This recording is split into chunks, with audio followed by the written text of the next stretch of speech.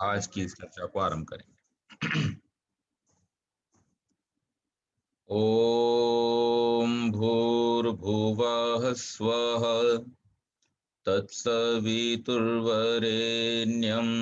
भर्गो देवस्य धीमहि धियो यो नः प्रचोदयात्।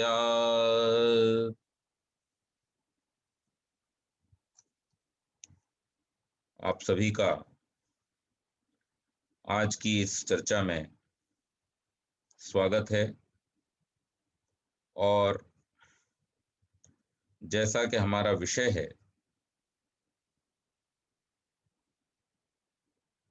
इफेक्टिव कम्युनिकेशन टेक्निक्स, इसके विषय में आज हम चर्चा करेंगे। कम्युनिकेशन अर्थात संवाद मनुष्य की एक बहुत बड़ी शक्ति है और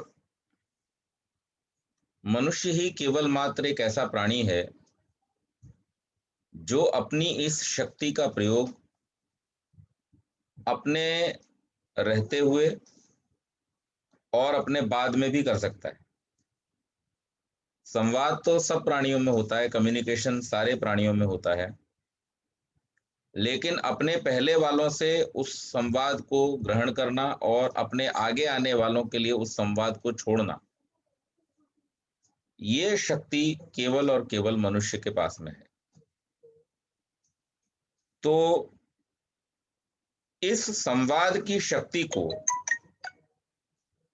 इस कम्युनिकेशन स्किल को और अधिक प्रभावशाली कैसे बनाया जाए, उपयोगी कैसे बनाया जाए, यूजफुल कैसे बनाया जाए, इसके बारे में हम इस वर्कशॉप में, कार्यशाला में चर्चा करेंगे।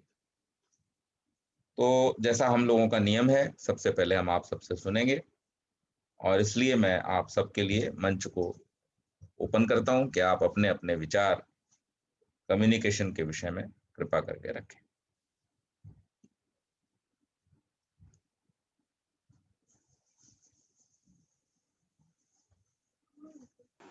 बच्चों से शुरू करते हैं। ध्रुव दक्ष।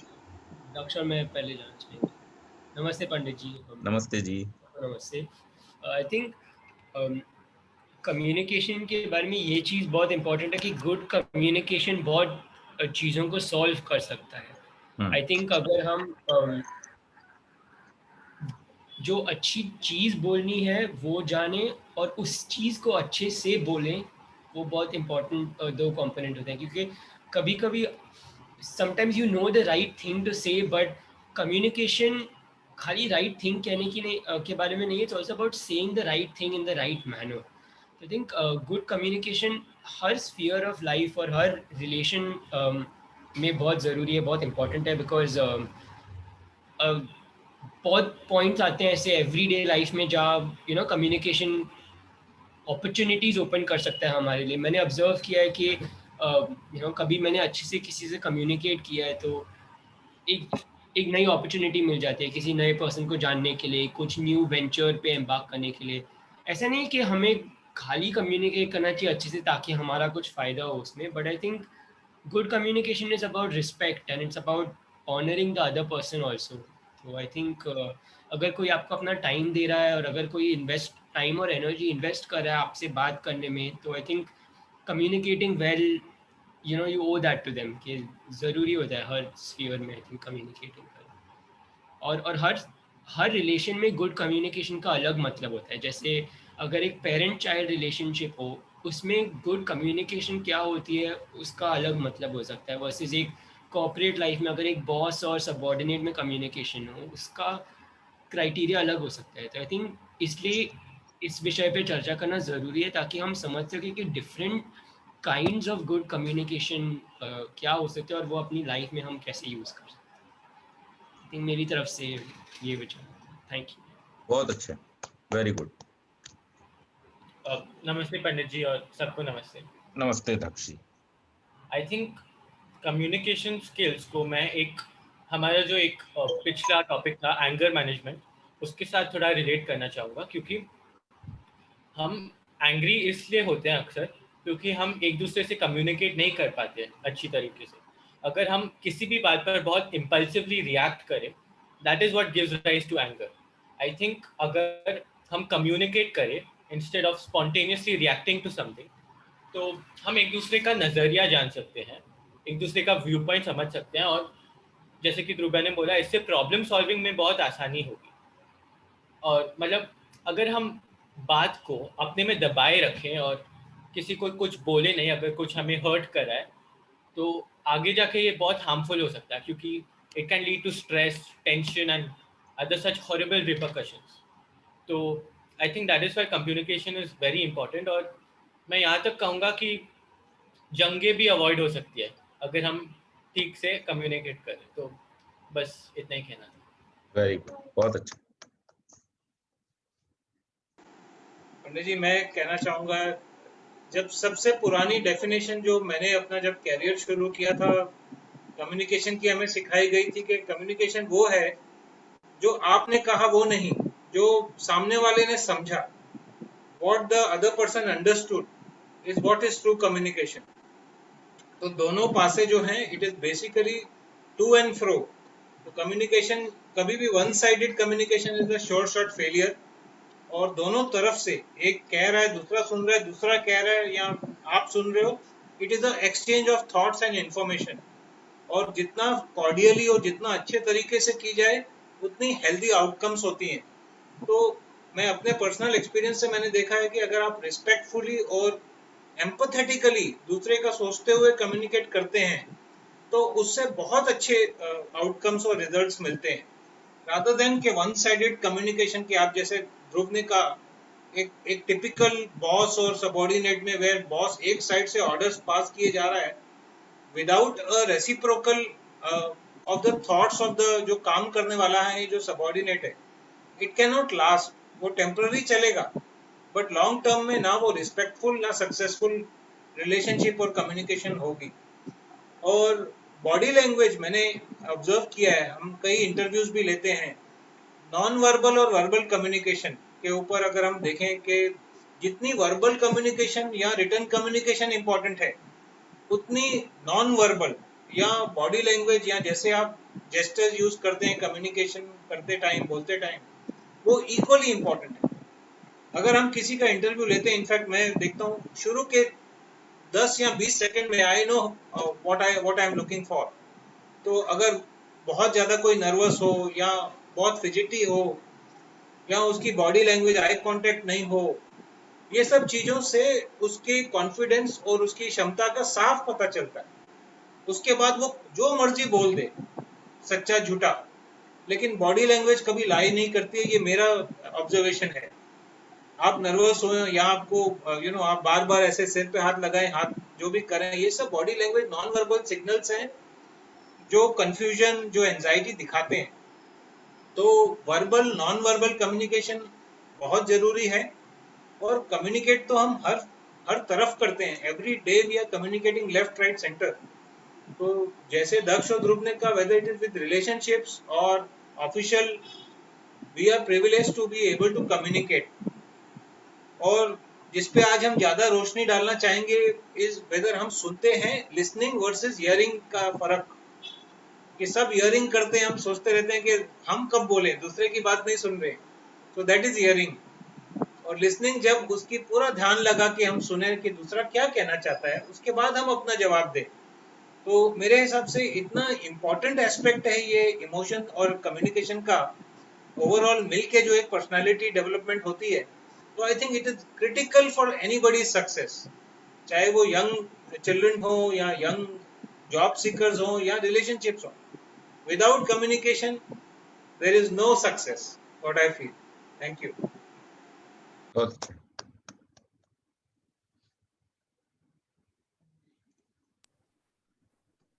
जी पंडित जी। हाँ जी, हाँ जी। जो संजू ने कहा बिल्कुल सही कहा। और मैं ये मानती हूँ, जो हमने पहले भी प्रीवियस सेशंस में कितनी बार कई चीजों पे डिस्कस किया है, गुस्सा कम आना, रिएक्ट नहीं करना इमीडिएटली, सामने वाले की रिस्पेक्ट करना, और उसको जब हम, और गुड लिसनर बनना, और use pleasing, soothing words in your conversation always. जो सामने वाले तक पहुंचता है, आपके दिल में क्या चल रहा है वो सामने वाले तक पहुंचता है. आप जैसे बॉडी लैंग्वेज से हमें भी उसका समझता है, लेकिन हमारी बॉडी लैंग्वेज से भी सामने वाले को सब समझ जाता है कि हम क्या कहना चाहते हैं. We should be a good listener. जब हम धीरे धीरे करके अपने पे कंट्रोल करते हैं, झट से कोई रिएक्शन नहीं देते हैं, we are a good listener, तो हम धीरे धीरे करके उसके माइंड में क्या चल रहा है वो हम रीड कर सकते हैं. एक समय आता है जब हमें तुरंत पता चलता है कि सामने वाले कैसा है. कई बार हम देखिए नए लोगों को मिलते हैं, लेकिन 5 मिनट में पता लग जाता है कि उसकी नेचर क्या है. तो शायद यही होता है कि हम रीड कर सकते हैं सामने वाले के अंदर क्या चल रहा है. तो I think good communication skills में ये सारी चीजें काउंट होती हैं जो हमने प्रीवियस सेशंस में भी डिस्कस की, और आज भी. जैसे कि हम गुड लिसनर बने, हम एक्सेप्ट करना सीखे कि सामने वाला क्या बोल रहा है. हर वक्त हम सोचेंगे, अपनी ईगो लाएंगे कि हम जो कह रहे हैं वही सही है, तो you are not a good communicate, you don't have good skill, और आप सक्सेस से पीछे हट रहे हो. तो आपको एक्सेप्ट भी करना आना चाहिए. कई बार ऑड बिहेवियर्स भी सामने मिलते हैं, कई बार बहुत अच्छे भी मिलते हैं, तो we should try to accept them, और फिर समय आते आते हमें भी आगे और डेवलप होने का मौका मिलता है. Thank you. बहुत बढ़िया. पंडित जी, मैं ये समझता हूँ कि 90% बात शुरू होती है स्माइल से. अगर किसी को स्माइल देना आता हो तो आपका कम्युनिकेशन शुरू हो जाता है वहीं से. मैं लिफ्ट में जा रहा हूँ, सामने एक आदमी खड़ा है और मैंने एक स्माइल दे दिया, सामने वाले से एक स्माइल दे दिया, and your communication starts. Train में जा रहे हैं, सफर कर रहे हैं, दूर का दिल्ली तक जाना है आपने, अगर आपने उसको स्माइल दे दिया, बात कर ली, बात शुरू हो गई. बट ये आपके इंटरेक्शन कब शुरू होता है? जब आपको स्माइल देना, एक किसी को इंटरेक्शन करने के लिए, that the first beginning is your smile. अगर आप पकड़ के बैठ जाओ अपने आप को, तो सामने वाला भी आपको बात नहीं करने को चाहेगा, ना आप चाहोगे. वो कम्युनिकेशन आपकी एक बिगिनिंग की शुरुआत ही नहीं होती.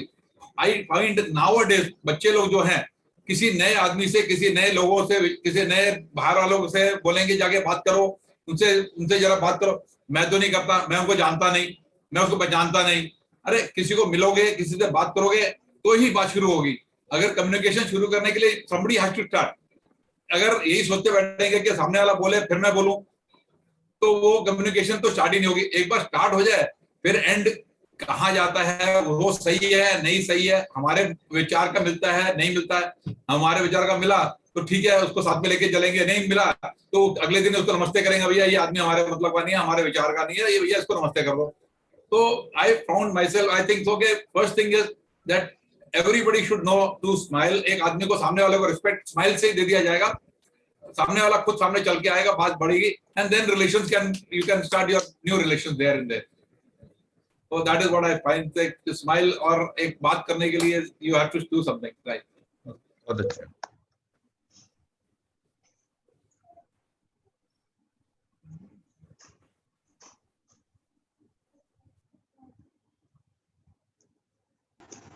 One thing I wanted to add is whether we look at the greatest of personalities and speakers, चाहे history में आप देखिए, चाहे वो presidents of यूनाइटेड स्टेट्स, जिनकी बड़ी बड़ी स्पीचेस और इम्पोर्टेंट स्पीचेस आज भी सुनी जाती हैं, चाहे वो अब्राहम लिंकन हो या रूजवेल्ट हो या कोई भी, या हमारे खुद अपने मोदी जी, या एक्टर्स जो इतनी अच्छी डायलॉग डिलीवरी करते हैं. Why you like them? Because they are powerful communicators. They express emotion and communication so powerfully that we actually they make us cry as well sometimes, or laugh, or comedians who do excellent communication. So इनसे हमें सीखना है कि ये जो great personality थे, और ये सब नेचुरल नहीं थे. They were very poor in school, चाहे वो लिंकन हो या और भी ऐसे कई पर्सनालिटीज हैं जिनको डिसऑर्डर्स थे, जिनको प्रॉब्लम्स थी, but they rose to the big positions and they communicated so well, और इतनी अच्छी इमोशंस के साथ कम्युनिकेट किया. तो आई थिंक इनसे सीखने को बहुत कुछ है. There are so many examples of good communicators. तो ये एक ऐसी स्किल है, मुझे लगता है, जो लाइफ लॉन्ग आप सीख सकते हैं. तो there is never a perfect communicator. We need to keep learning in situation हमसे अलग अलग टाइप की कम्युनिकेशन करवाती हैं. तो जैसे कि जेज ने कहा, smile is an excellent ice breaker. कि ठीक है, आप अगर एकदम गुस्सा वाला मुंह लेके जा रहे हैं तो शायद कोई आपकी तरफ देखे भी नहीं, but a smile can be an ice breaker, कि वो आपसे कम्युनिकेशन शुरू हो सकने की गुंजाइश है। हो सकता है कोई स्ट्रेंजर ही हो, but a smile is a universal communicator मेरे हिसाब से। जैसे जेज ने कहा, it is the best thing, because आप बोलिए नहीं, आपके पास शायद उस टाइम शब्द नहीं हो accept possibly giving a smile or a look, but smile is definitely, I agree, is a very powerful tool. And ये छोटी छोटी चीजें हैं जो I think which can help us to communicate either with people who are either more aged than us, or even children, or our level people. So communication at various levels will be different. तो जैसे आपने कहा कि बच्चे की inhibition दूर करना, कि आप बात करो जाके स्ट्रेंजर से, शायद कहीं हमें भी हिचकिचाहट होती हो जब हमने भी अब छोटे होंगे, एक स्ट्रेंजर से कैसे जाके बात की जाए, मेरा पर्पस क्या है स्ट्रेंजर से बात करने का। तो I think just to explain, I would say that communication is a human nature. हम बोल सकते हैं, सुन सकते हैं और कम्युनिकेट कर सकते हैं, चाहे लैंग्वेजेस अलग अलग हो या जेस्चर्स अलग अलग हो, कल्चर्स अलग अलग हो, बट एक यूनिवर्सल बॉन्ड है पूरी ह्यूमन बींग्स की जो कम्युनिकेशन के ऊपर ही चलती है, चाहे वो दुनिया के किसी भी कोने से मैसेज आ रहा हो, but we are able to receive information, interpret and react to it. So ये पूरी साइकिल दिन भर हर मिनट चलती रहती है। तो lots to learn, I think it's a absolutely critical topic. बहुत अच्छा।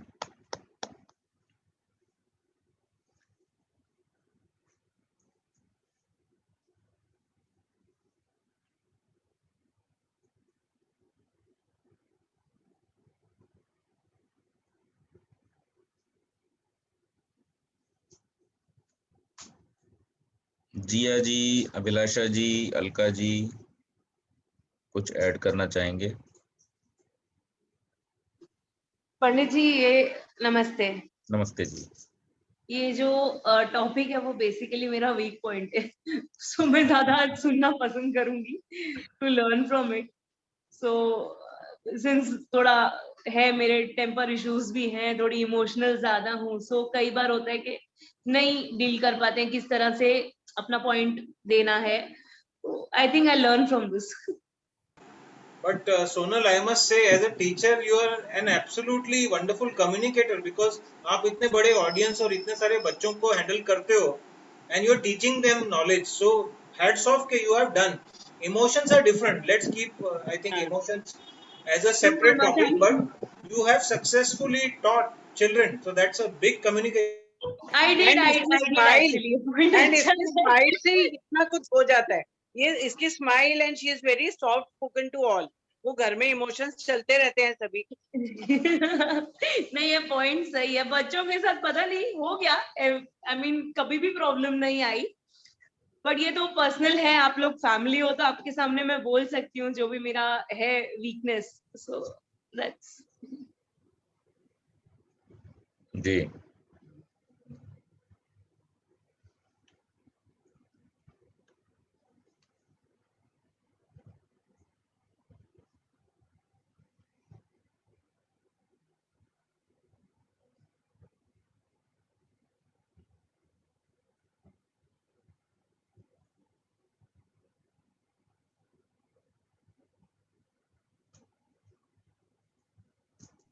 हाँ जी।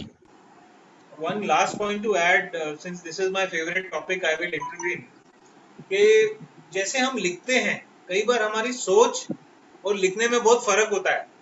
तो मेरे हिसाब से जो रिटन कम्युनिकेशन है, उसमें one has to be extra careful. जो आप भाव कम्युनिकेट कर रहे हो, जो सेंटेंसेस या वर्ड्स आप लिख रहे हो, इट कैन मेक और ब्रेक बिजनेस डील। कि कोई आपने कुछ गुस्से में कुछ लिख दिया, या कोई ऐसी चीज लिख दी जो आप एक्चुअली में आपके मन में भरा हुआ था, आपने लिख कुछ और दिया। तो ऑफिशियल और रिटन कम्युनिकेशन में one has to be absolutely precise and be very clear. इसलिए कहते हैं कि जब आप एक मेल टाइप करते हैं, उसको कुछ देर के लिए आप ड्राफ्ट में रख दीजिए। You have to revisit it before you click the send button. हो सकता है पंडित जी मेरी बात से सहमत होंगे कि ये बहुत जरूरी है कॉर्पोरेट में, कि एक बार आपने सेंड बटन कर दिया और वो चली गई, उसके बाद आप उसको कुछ नहीं कर सकते हैं, वो तीर निकल चुका है। तो आई थिंक रिटर्न कम्युनिकेशन पे we should work very carefully and जितना इम्प्रूव कर सकें उसको मेरे हिसाब से इफेक्टिव बनेगी और उसके जवाब टाइम पे आएंगे अगर आपकी कम्युनिकेशन सही है। और संजू इवन पर्सनल रिलेशंस में आई हैव सीन इतने सालों पुराने रिश्ते टूटते हुए देखे हमने, सिर्फ इसलिए कि वो इमोशंस पे कंट्रोल नहीं हुआ और मुंह से आपने कुछ बोल दिया, बहुत मन में नहीं भरा हुआ है लेकिन आपने मुंह से कुछ वर्ड ऐसे निकाल दिए जो सामने वाले को हर्ट हो गए और हो गया कबाड़ा पूरे रिलेशन का। तो वो भी हमने देखा है, उसके बाद ईगो आ जाती है तो वो सालों तक रिलेशन खराब रहते, ऐसे हमने देखे हैं। तो आई थिंक पर्सनल रिलेशंस में भी हर चीज सोच के बोलनी, और सबसे फर्स्ट थिंग जो भी बोलना है सोच के बोलो, 2 मिनट रुक जाओ, नहीं रिएक्ट करो, वो सबसे बड़ा पॉइंट है उसका।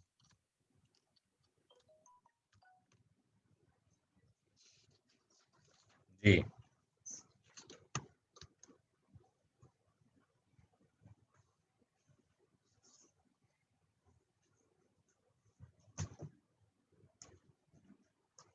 हाँ जी, जिया कुछ बोलेंगे?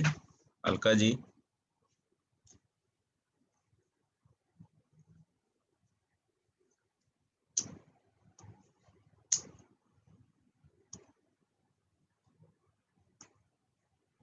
जी आप बोल रहे मुझे कुछ समझ नहीं आ रहा है, मुझे क्या बोलना चाहिए। यही तो आज का टॉपिक है। So say whatever you think, whatever you feel, just express. नमस्ते पंडित जी। नमस्ते जी। मेरे को मिल कुछ नहीं रहा था बोलने को, पर मैं सिर्फ इतना बोल सकती हूँ कि कम्युनिकेशन स्किल्स में आपको सबसे 2 मेन पॉइंट्स हैं कि आपको पहली चीज तो दूसरों जो कुछ बोल रहा है उस पर ध्यान देना चाहिए, आप टू पे अटेंशन, एंड दूसरी चीज कि आपको उसको दिखाना चाहिए that you are listening to that person. दिखाना चाहिए या ऐसा होना चाहिए वास्तव में जिया? हाँ होना चाहिए। होना चाहिए ना, very good, right, absolutely absolutely.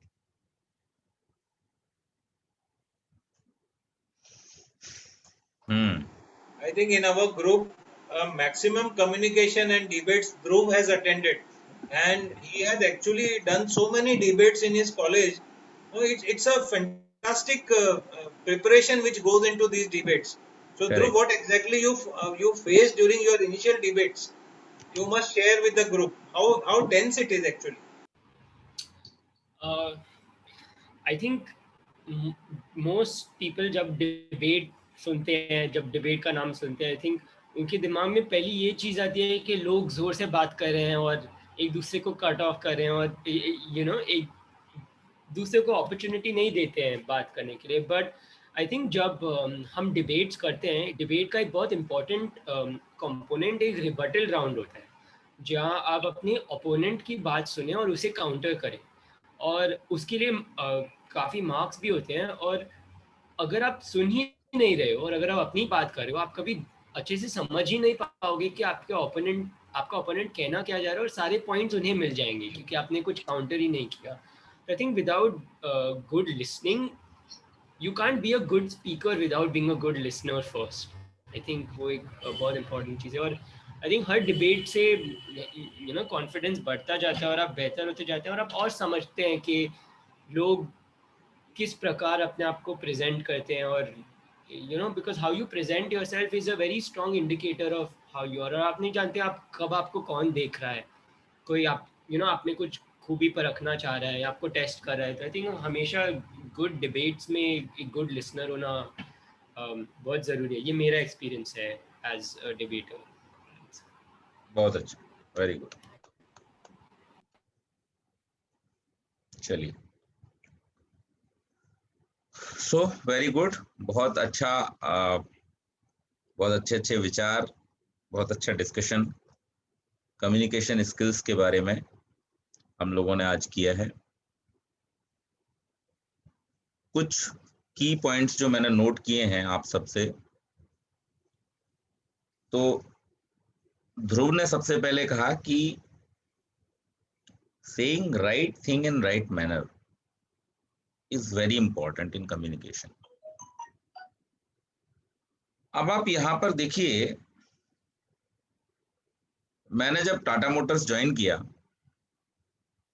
तो आई वॉज वेरी फॉर्चुनेट कि पहला दिन या शायद दूसरा तीसरा दिन जब मैं मेरे बॉस से मिलने के लिए गया बॉम्बे हाउस ऑफिस में, तो वहां पर रतन टाटा साहब खुद मौजूद थे। मुझे अपॉर्चुनिटी मिली उनसे मिलने की।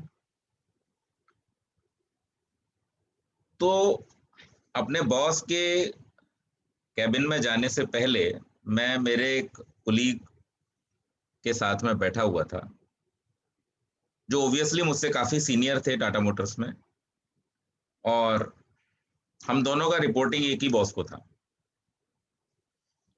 तो उन्होंने अपने डेस्क पर एक बहुत ही महत्वपूर्ण वाक्य लिख करके रखा था, जो काफी उनके बिहेवियर से डिमॉन्स्ट्रेट होता था।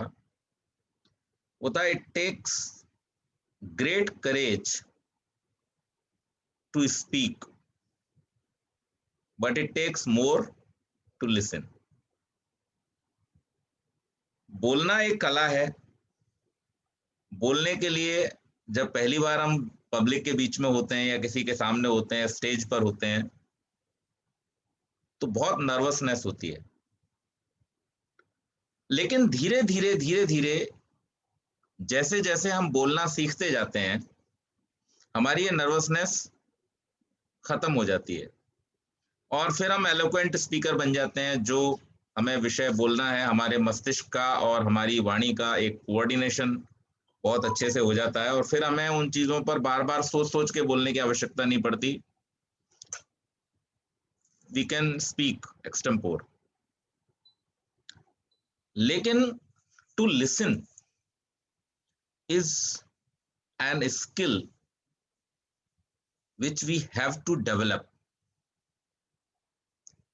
Listening is a very, very critical skill which we have to develop and which can be developed over a period of time with great efforts.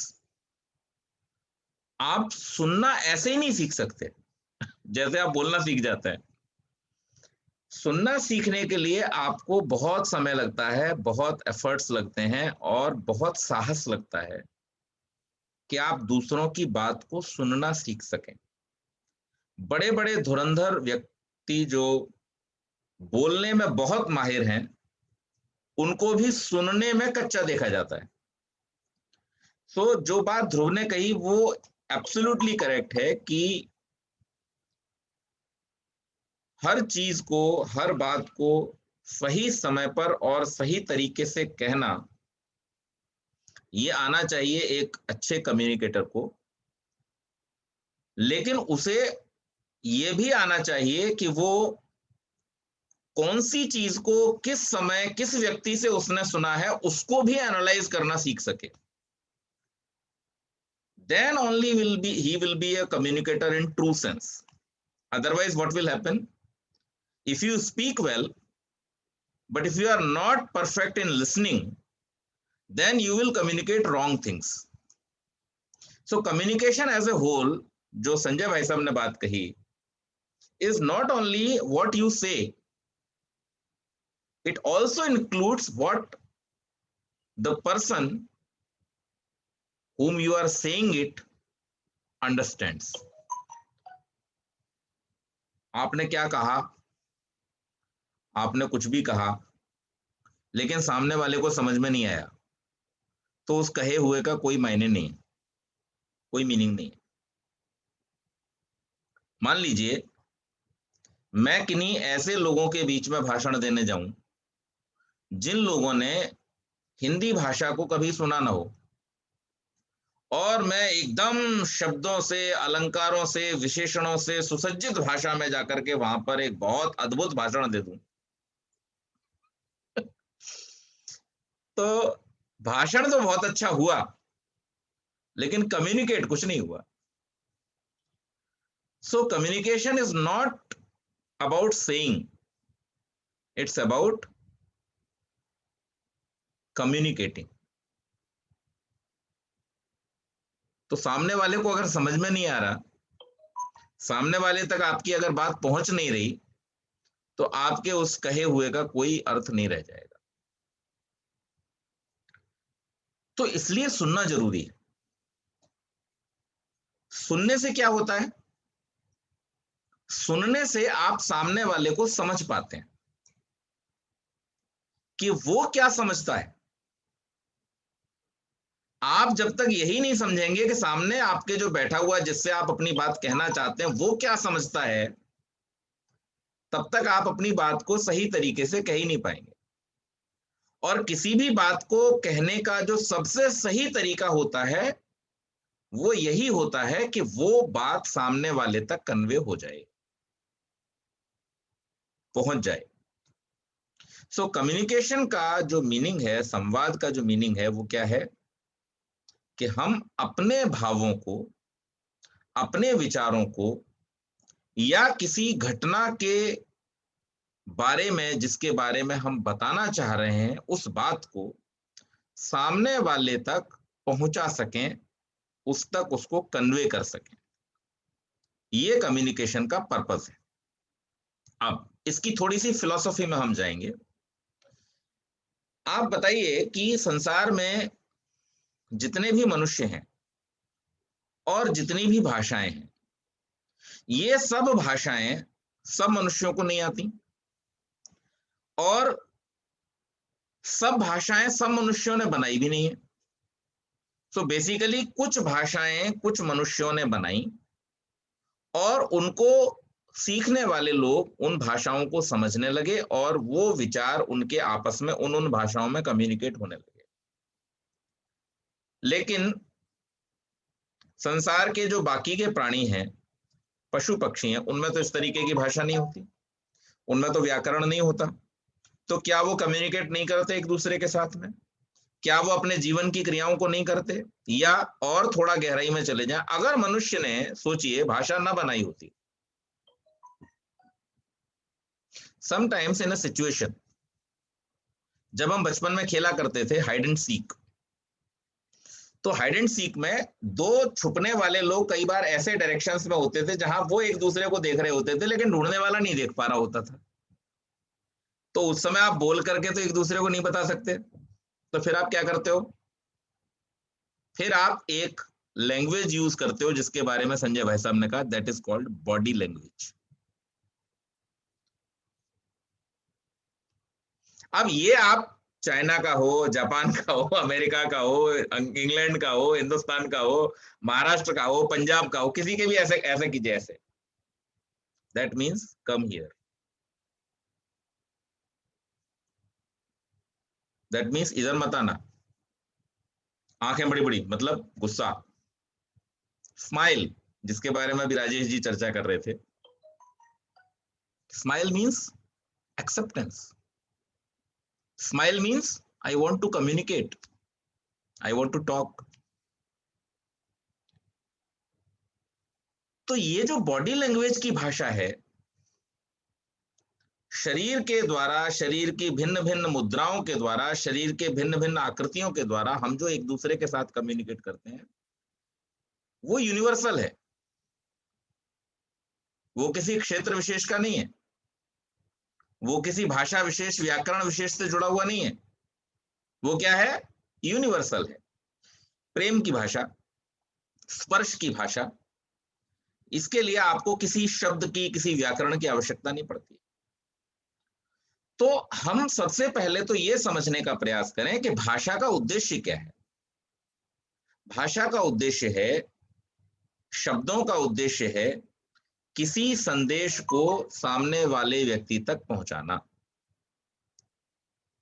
और पहुंचाना जो है वो कम्युनिकेशन है।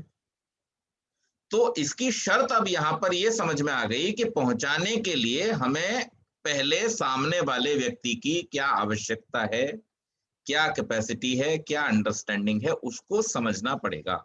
तो इसलिए जरूरी यह है कि पहले हम अच्छे श्रोता बने, सुनना सीखें।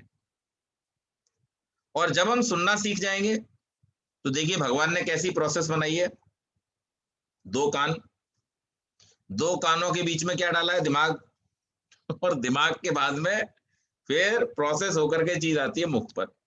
तो जब कोई व्यक्ति किसी बात को सुनता है, शब्द को सुनता है, तो शब्द को सुन करके वो रिएक्ट करता है इस आधार पर कि उसके मस्तिष्क में, उसके दिमाग में उस चीज का इंटरप्रिटेशन क्या हुआ। अगर वो चीज इंटरप्रेट नहीं हुई, यानी आपने अगर चीनी भाषा में मुझे गाली भी दे दी, सामने बैठ करके मुस्कुराते हुए, स्माइल करते हुए आपने मुझे गाली दी, फिल्मों में देखा होगा आपने, ऐसे करते हैं, या कॉमेडी शोज जो आते हैं उनमें ऐसा अक्सर होता है, दिखाया जाता है कि कोई आदमी जो दूसरी भाषा को नहीं जानता, अब वो उसको मुस्कुराते मुस्कुराते उसकी तरफ प्यार से देखते देखते, स्पेशली इन मिस्टर बीन आप अगर देखोगे, हालांकि उसमें बहुत कम डायलॉग होते हैं, लेकिन फिर भी उसमें वो क्या कर रहा है, उसको सामने वाले को गाली दे रहा है, लेकिन जेस्चर ऐसा है, बॉडी लैंग्वेज ऐसी है कि उसको सामने वाले को पता चल रहा है कि ये मेरे लिए कुछ अच्छा कह रहा है, कुछ अच्छा कर रहा है। तो यहां पर शब्द तो फेल हो गए, शब्द कम्युनिकेट नहीं कर सकते। वास्तव में जो कम्युनिकेशन होता है वो तो आपके भाव से, आपकी भाव भंगिमाओं से, यानी आपकी बॉडी लैंग्वेज से होता है एक्चुअल कम्युनिकेशन। कई बार ऐसी परिस्थितियां भी जीवन में आती हैं, विपरीत परिस्थितियां, स्पेशली वो लोग जो डिफेंस में काम करते हैं या सीक्रेट सर्विसेज में काम करते हैं, कि वो लोग कह कुछ और रहे होते हैं लेकिन उसका मीनिंग कुछ और होता है, एकदम अपोजिट होता है। अब वो कोड लैंग्वेज का प्रयोग करते हैं, तो वहां पर भी हम देखते हैं कि शब्द फेल हो गए, वहां पर शब्द का कोई अर्थ नहीं रहा, वहां पर अर्थ किसका हो गया, जो अर्थ सामने वाले ने समझा वो उसका अर्थ हो गया। तो और हमारा फोकस किस बात पे रहता है जब हम कम्युनिकेशन की बात करते हैं, कि कौन कितनी बढ़िया अंग्रेजी बोल लेता है, कौन कितनी बढ़िया हिंदी बोल लेता है, कौन कितनी बढ़िया संस्कृत बोल लेता है, किसको कितने अच्छे शब्द आते हैं। लेकिन हम ये देखते हैं वास्तव में कि ये शब्द जो हैं वो बहुत बहुत बहुत छोटा रोल प्ले करते हैं कम्युनिकेशन में, इफेक्टिव कम्युनिकेशन। सो बेसिकली हमारा जो एम्फेसिस होना चाहिए, हमारा जो पूरा का पूरा प्रयास और फोकस होना चाहिए, ध्यान होना चाहिए, वो इस बात पर होना चाहिए कि हम सामने वाले को समझें, पहले सुन करके उसके विचारों को, एक बात तो विचारों को समझने की, दूसरे आपको सामने वाले व्यक्ति का लेवल भी समझ में आता है। अब आप किसी 10वीं कक्षा की बुद्धि वाले व्यक्ति के सामने फिलॉसफी की पीएचडी लेवल की बात करना शुरू करेंगे तो किसी काम की नहीं। तो आप जब तक सुनेंगे नहीं आपको समझ में नहीं आएगा कि सामने वाले व्यक्ति का स्तर क्या है। इसलिए ये बहुत महत्वपूर्ण हो जाता है कि हम सुनना सीखें। अब यहां पर जो बात कही गई कि it takes more courage to listen, वो क्यों है? क्योंकि जब कोई व्यक्ति कुछ जानता है तो उसकी पहली इच्छा ये होती है कि वो अपने द्वारा जाने गए को एक्सप्रेस करे, सामने वाले पर सब उड़ेल दे, जो कुछ भी उसे आता है वो सब उसके सामने रख दे कि मैं इतना ज्ञानी हूं, इतना विद्वान हूं। उस केस में होता क्या है कि आपकी बात सामने वाले तक नहीं पहुंचती और आप अच्छे कम्युनिकेटर नहीं बन पाते। इंटरव्यूज में भी जैसे भाई साहब कह रहे थे कि बॉडी लैंग्वेज एक बहुत बड़ा रोल प्ले करती है और हम लोगों को समझ में क्योंकि मैं भी एचआर में होने के नाते इंटरव्यूअर हूं, बहुत सारे पैनल्स में मुझे भी बैठना पड़ता है, तो हमें ये समझ में आ जाता है कि सामने वाला बोल रहा है तो वो सच बोल रहा है, झूठ बोल रहा है, बना करके बोल रहा है, जानता है, कितनी गहराई इसकी जानकारी में है, वो सुनने से हमें समझ में आता है कि हम ज्यादा सुनते हैं। और जब सुनते हैं तो समझ में आ जाता है कि वो क्या करने की कोशिश कर रहा है, वो कहाँ है और कहाँ से थ्रो कर रहा है। तो इसलिए बहुत जरूरी है कि हम ये समझें। दूसरी बात दक्ष ने बहुत अच्छी कही कि effective communication can solve big problems also. It's true, बड़ी से बड़ी समस्याओं का समाधान आपके संवाद के द्वारा हो सकता है, लेकिन वो संवाद इफेक्टिव होना चाहिए। उस संवाद में भाव अधिक प्रधान होना चाहिए, न कि शब्द।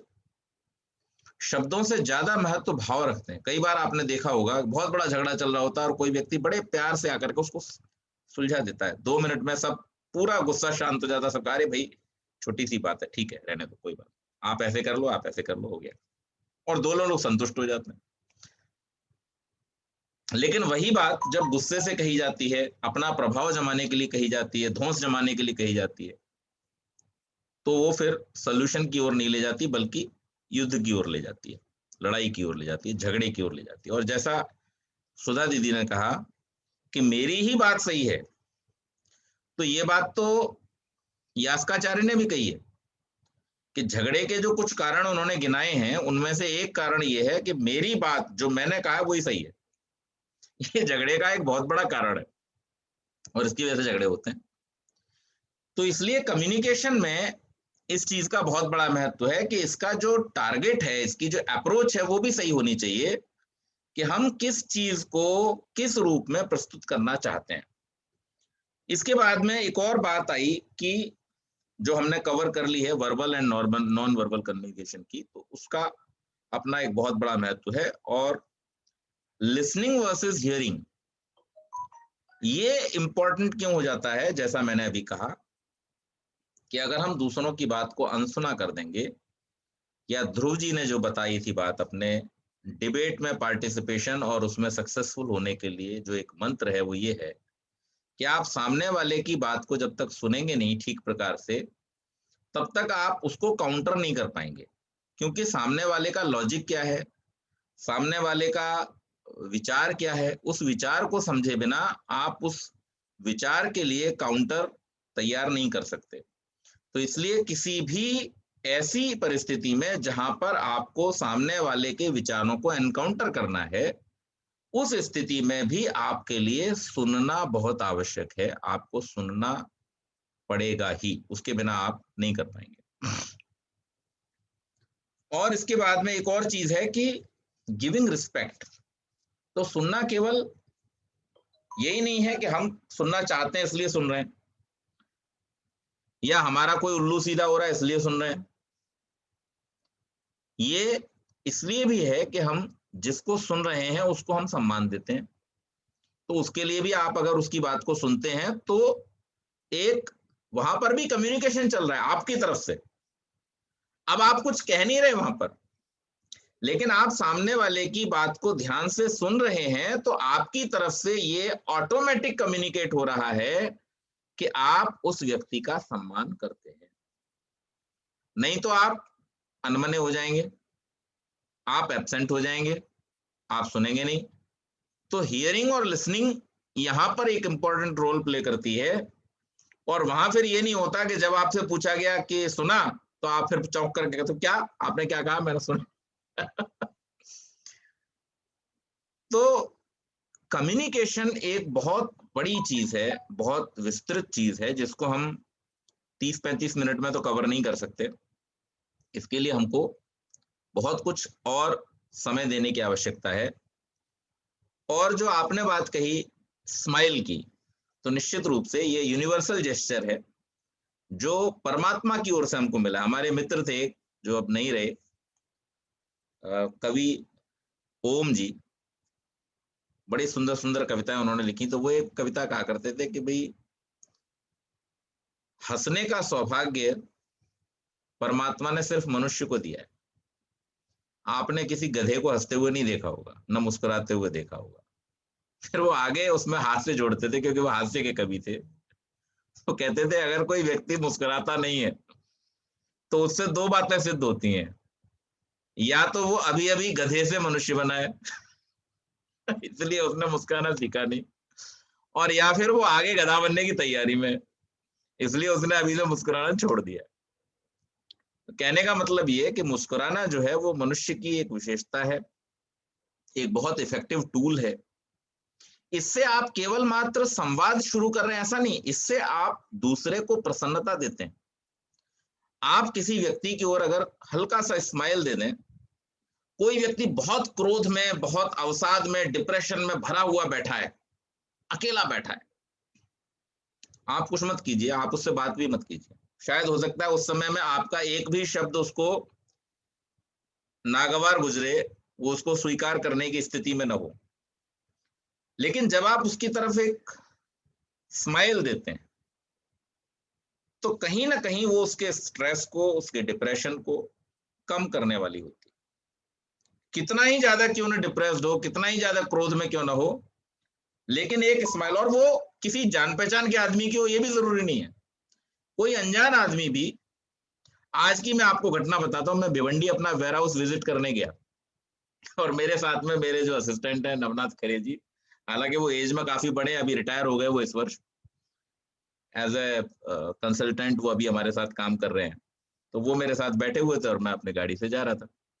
तो सामने गांव में जब हम पहुंच गए जहां पर वेयर हाउस है भिवंडी में, तो वहां एक बच्चा सड़क पर खेल रहा था और वो बॉल हाथ में लिए हुए था, और वो बॉल को जैसे बच्चे बॉलिंग करते हैं ऐसे इसने यूं किया, और मैं ड्राइव कर रहा था और मैं उसको देखता आ रहा था दूर से, क्योंकि बच्चा था सड़क पर तो उसका ध्यान रखना पड़ता है कहीं ये दौड़ के इधर ना आ जाए, छोटा सा ही बच्चा था 4-5 साल का।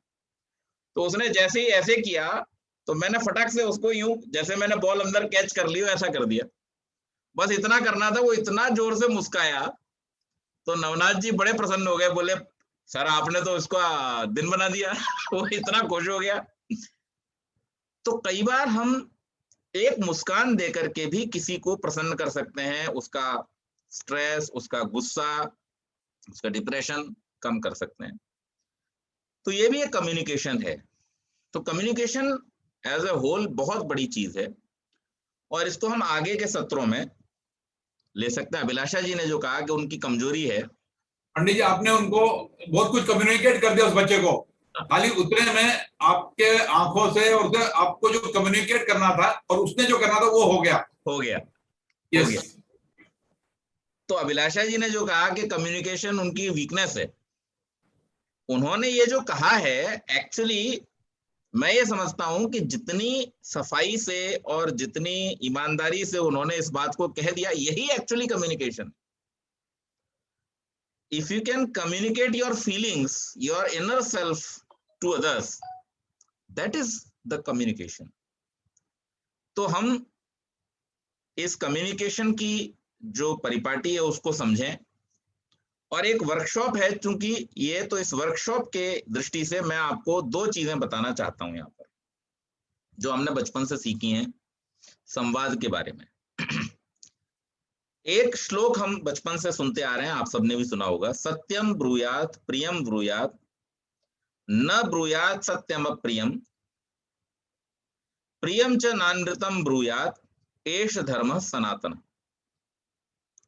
सत्य बोलें और प्रिय बोलें, न ब्रूयात सत्यम अप्रियम, जो अप्रिय हो ऐसा सत्य न बोले, प्रियम च नानृतम ब्रूयात, किसी को अच्छा लगता है इसके लिए झूठ न बोलें, एष धर्म सनातना, यही सच्चा धर्म है। तो हम सत्य बोलें और प्रिय बोलें, यानी हम अच्छी बातों को अच्छे रूप में प्रस्तुत करें, saying right things in right manner is called सत्यम ब्रूयात प्रियम ब्रूयात। और न ब्रूयात सत्यम अप्रियम, जो अप्रिय सत्य हैं उनको न बोलें। तो अप्रिय सत्य कौन से हैं? लंगड़े को आप लंगड़ा कहो, ये अप्रिय सत्य है। अंधे को अंधा कहो, अप्रिय सत्य है। सत्य है, आपने कुछ झूठ नहीं बोला, लेकिन ये अप्रिय सत्य आपने बोला, क्योंकि वो उसकी कमी है और वो ऐसी कमी है जो उसके वश में नहीं है, तो इसलिए ये अप्रिय सत्य हो गया। प्रियम च नानृतम ब्रूयात, लेकिन किसी की कमी आप इसलिए न बताएं उसको क्योंकि उसको प्रिय नहीं लग रहा है, जबकि उस कमी को वो दूर कर सकता है। जैसे कोई व्यक्ति पढ़ता नहीं है, बच्चा पढ़ता नहीं है, तो आप इसलिए कि अगर मैं इसे पढ़ने के लिए डांटूंगा तो इसे बुरा लग जाएगा, कहूंगा तो बुरा लग जाएगा, इसलिए आप न कहें तो ये गलत होगा। तो इसलिए प्रियम च नानृतम ब्रूयात, किसी को अच्छा लगता है इसलिए झूठ बोल दें कि हाँ बेटा तू तो बहुत बढ़िया कर रहा है, बहुत, तो इससे उसका अकल्याण हो जाएगा। तो ऐसा झूठ न बोलें, ऐसा असत्य न बोलें, कभी भी न बोलें। एष धर्म सनातन, यही वास्तव में मनुष्य का सनातन धर्म है, इसका हमें पालन करना चाहिए। और एक हिंदी की बहुत सुंदर रचना है कि ऐसी वाणी बोलिए मन का आपा खोए, औरन को शीतल करे आपहु शीतल होए। तो हम जब आपा को खो करके, यानी अपना जो सेल्फ है, अहंकार है, मैं कितना जानता हूं, मुझे कितना आता है, मैं कितनी बड़ी पोजीशन पे हूं, मैं कितना धनवान हूं, मैं कितना शक्तिशाली हूं, इन सब बातों को छोड़ करके, इन सब बातों को साइड में रख करके आप सामने वाले व्यक्ति से जब प्रेमपूर्ण भाषा का प्रयोग करते हैं, तब वो वास्तव में इफेक्टिव कम्युनिकेशन बनता है। तो वर्कशॉप ये है कि हम अब बुधवार तक इस बात का अभ्यास करेंगे कि जो बातें मैंने बतलाई हैं और जो बातें हमने आज डिस्कस की हैं, उनमें लिसनिंग कितनी इंपॉर्टेंट है और उससे हम अपने स्पीकिंग को कितना अच्छा बना सकते हैं, इस पर हम विचार करेंगे। और हम ये देखेंगे कि ऐसी कितनी सारी चीजें हैं जो सत्यम ब्रूयात प्रियम ब्रूयात की श्रेणी में आती हैं, ऐसी कितनी चीजें हैं जो न ब्रूयात सत्यम अप्रियम की श्रेणी में आती हैं, हम कह देते हैं लेकिन हमें कहना नहीं चाहिए था, और ऐसी कितनी चीजें हैं जो हमें नहीं कहनी चाहिए लेकिन फिर भी सामने वाले को खुश करने के लिए हम कह देते हैं, झूठ बोल देते हैं। इनको हम एनालाइज करें और फिर हम कम्युनिकेशन के बारे में इस चर्चा को आगे बढ़ा सकते हैं, और हमारा बुधवार का जो विषय है उसको हम वहां पर आरंभ करेंगे।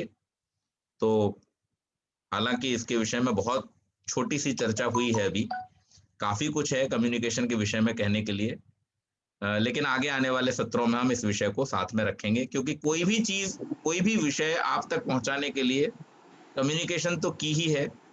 भाई साहब ने आज लिख भी रखा है, good communication skill are the key to success, so we will use these keys to unlock all the locks आगे के। ठीक है जी, आज की चर्चा को हम यहीं पर सीमित करते हैं। आपका अगर कोई प्रश्न हो तो आप लोग पूछ सकते हैं। बहुत बहुत धन्यवाद।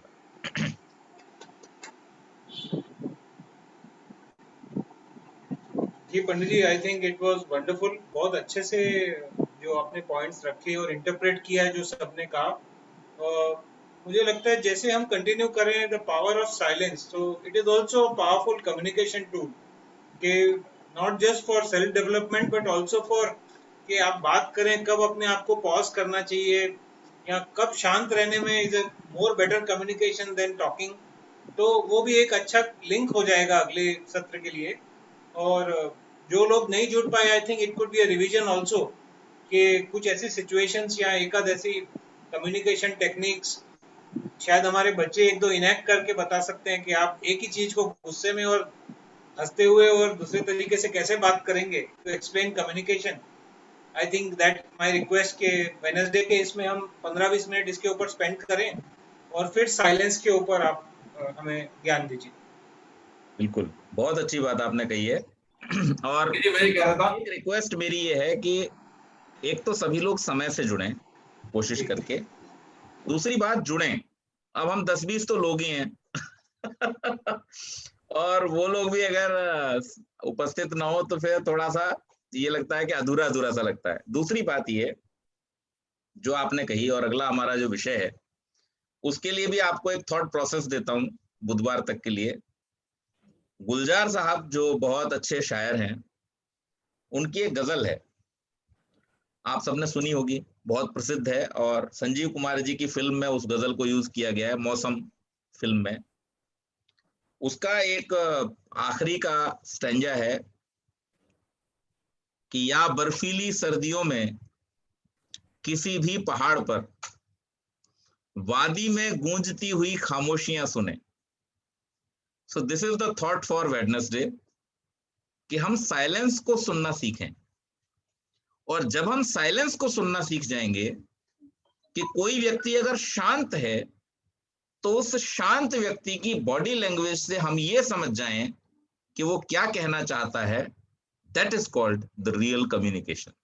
तो इसके बारे में हम विचार करें, और बुधवार को हम साइलेंस की पावर क्या है, साइलेंस की प्रेजेंस कितनी महत्वपूर्ण है और साइलेंस हमारे लिए कितना बड़ा टूल हो सकता है, इसके विषय में हम चर्चा करें। कोई प्रश्न और हो तो कर सकते हैं, अन्यथा आज की सभा को हम यहाँ समाप्त करेंगे।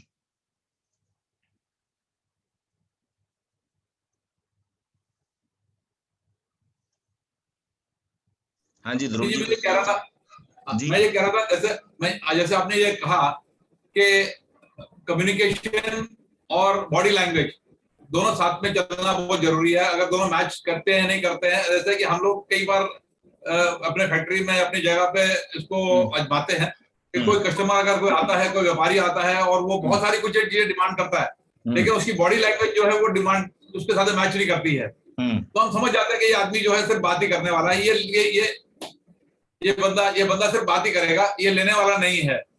तो बॉडी लैंग्वेज एंड कम्युनिकेशन बहुत भाव और बोलने चीजें जो है मैच होनी चाहिए, और हमें तुरंत पता जाता है ये आदमी जो है कुछ सिर्फ बातें करने जाता है, ये लेने वाला नहीं है। तो you have to be very careful for it. You understand, body language से समझ में आ जाती है कि आदमी को लेना है नहीं लेना, करना है नहीं करना, सही बोल रहा है गलत बोल रहा है। सही बात है, सही बात है। जिया जी की एक बात मुझे याद आ गई, जब मैं छोटा था इनके ऑफिस में जाता था कि वो कहते थे जो कस्टमर को भगाना होता था तो ऐसे कर चाय लेंगे और ऐसे ऐसे करके बोलते थे चाय नहीं लेके आना। that was one signal के मतलब उसको भेजना भी है, उससे पूछ भी रहे हैं, तो बॉडी लैंग्वेज कुछ और, body language is saying something else and you are saying something else, so just a joke.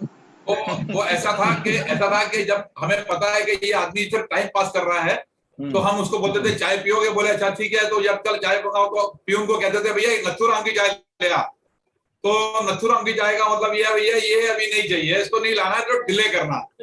और जब वो धंधा कर लेता था, पैसे आ जाते थे, तो हम उसको कहते थे हुक्मचंद की लेके आ, अभी मैं हुक्म दे रहा हूँ, तू लेके आ हुक्मचंद की चाय लेके आ, तो वो हुक्मचंद की चाय ले आता था। तो ये चीजें साथ में चलती। जी जी जी, बिल्कुल सही है। ठीक है जी, चलिए बुधवार को फिर से मिलते हैं, तब तक के लिए सभी को नमस्ते, बहुत बहुत धन्यवाद।